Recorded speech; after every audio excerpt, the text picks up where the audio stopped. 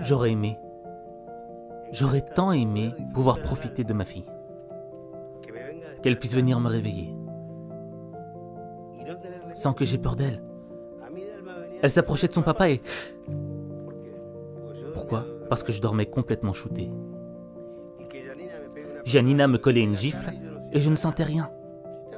J'étais raide. J'aurais été plus que comblé de voir grandir mes filles comme elle. J'envie Claudia.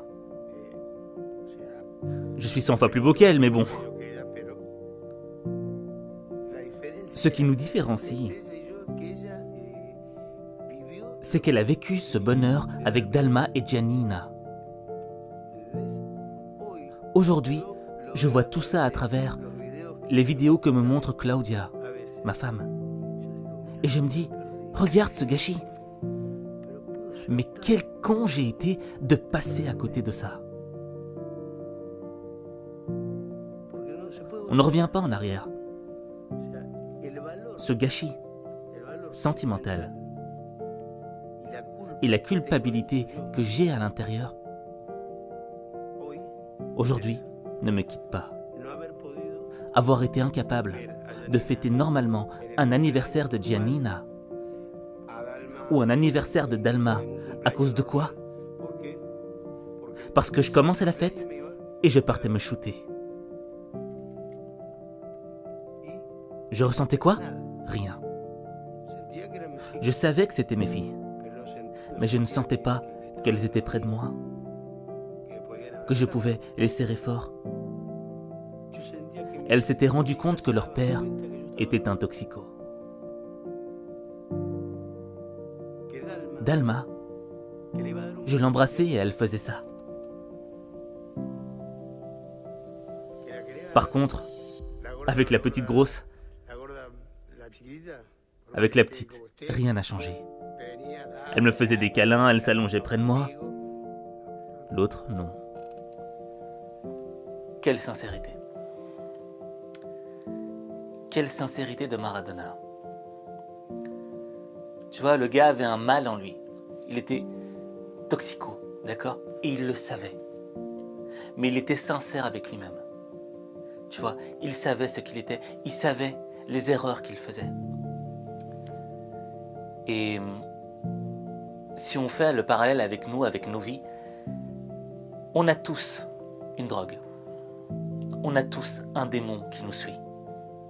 Un démon dans lequel on va se réfugier. Alors, pourquoi Maradona allait se réfugier dans la drogue? Parce qu'il voulait masquer un autre mal. Il voulait soigner un mal qu'il avait en lui avec un autre mal. Et on le fait tous. On a tous ce petit démon, ce petit mal qu'on a en nous, qu'on veut soigner. Et on veut le soigner de la manière la plus simple, la plus facile. Alors, on va chercher un mal.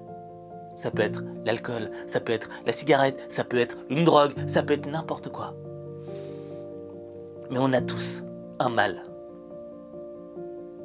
Et le problème, c'est que lorsque tu soignes ce mal par un autre mal, ça ne produit que plus de mal. C'est comme si tu avais une table qui était sale et que tu la nettoyais avec de la saleté. Mais ça va produire que plus de saleté.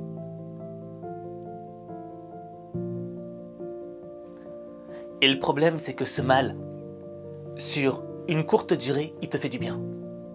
Sur un temps court, mais ça te fait trop de bien. T'es à l'aise. Tu oublies tes problèmes. Tu oublies le mal que t'avais.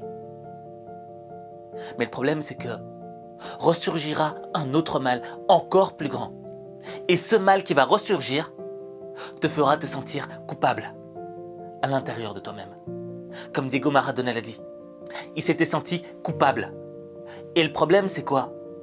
C'est que vivre une vie dans la culpabilité, c'est gâcher sa vie. Et moi, ce qui m'a donné envie de pleurer dans son discours, c'est quand il dit « je peux pas revenir en arrière », c'était du gâchis, j'aurais voulu profiter de ces moments de bonheur qu'on m'a montrés en vidéo de mes filles.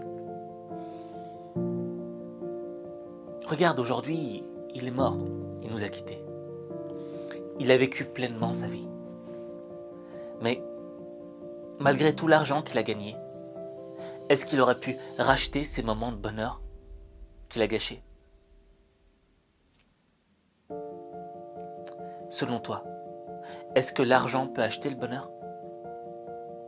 Certes, il contribue à la vie matérielle, mais le vrai bonheur, c'est quoi? Je pense qu'il y a deux types de bonheur. Il y a le premier bonheur qui est celui où tu te surpasses, où tu fais quelque chose que tu pensais impossible. Et quand ça réussit, mais t'es heureux, tu dis « Oh, je pensais pas que j'en étais capable, mais je l'ai fait !» Ça, c'est le premier type de bonheur. Et le deuxième type de bonheur, c'est quoi? C'est le bonheur que nous procurent les gens qu'on aime. Vivre avec les gens qu'on aime. Et tu vois, il y avait une étude américaine qui était sortie et qui avait dit que, tu vois, ils avaient étudié la vie de plusieurs personnes, tu vois, de leur naissance jusqu'à leur mort. Et ils avaient pris conscience que les gens qui étaient les plus heureux étaient les personnes qui étaient toujours entourées, qui avaient une vie sociale riche.